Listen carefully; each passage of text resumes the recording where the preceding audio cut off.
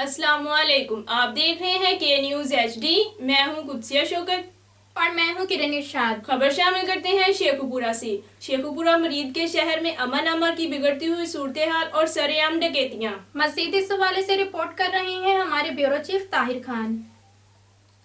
جی بالکل، مرید کے شہر میں امن و امان کی بگڑتی صورتحال اور سرعام ڈکیتیوں پر مختلف سماجی، رفاہی اور مذہبی تنظیموں کی جی ٹی روڈ پر پرامن واک فرینڈ آف مرید کے زیر اہتمام تھانہ سٹی کے سامنے احتجاجی مظاہرہ احتجاجی واک کا اختتام ظفر آرکیڈ پر ہوا۔ مظاہرین کا نااہل اور کرپٹ اے ایس پی کو معطل کرنے کا مطالبہ۔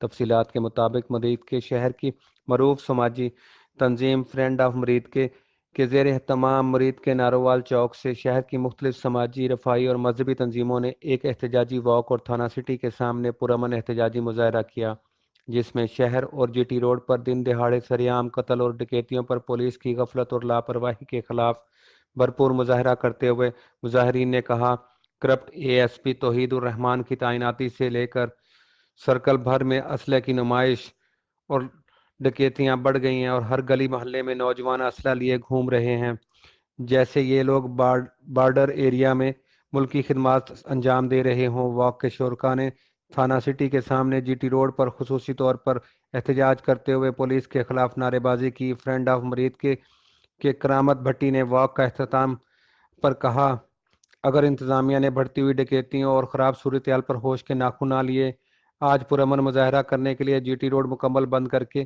اپنی آواز حکام وزارت تک پہنچائیں گے۔ مزید ایک اور خبر شامل کرتے ہیں ساہیوال سے۔ ساہیوال سٹی ڈسٹرکٹ تنظیم پاکستان پیپلز پارٹی کے صدر حافظ محمد رضوان رزاق کی زیر صدارت تنظیمی میٹنگ کا انعقاد کیا گیا۔ اس حوالے سے رپورٹ کر رہے ہیں ہمارے نمائندے رؤف شہزاد جٹ۔